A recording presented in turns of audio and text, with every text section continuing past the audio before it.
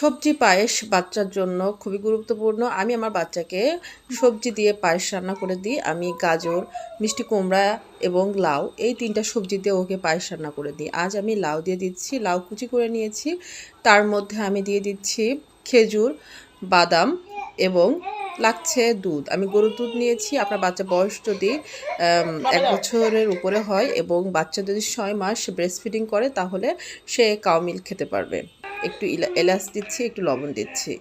আর এখন আমি অন্যদিন যেটা করি গাজর এবং মিষ্টি কুমড়ায় সুইট অ্যাড করি না। কিন্তু লাউ তো একটু মিষ্টি কম এজন্য আমি একটু সুইট দিচ্ছি। আমি কিন্তু চিনি দিই না।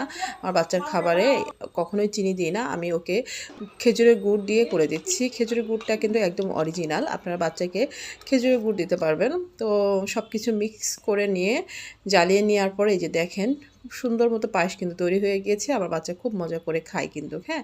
তো বাচ্চাকে এই ধরনের পায়েস করে দিতে পারেন। এটা খুবই ভালো বাচ্চার জন্য। এভাবে বাচ্চাকে পায়েস করে দিবেন। বাচ্চা খুব মজা করে খাবে এবং ওর জন্য হেলদি একটি নাস্তা।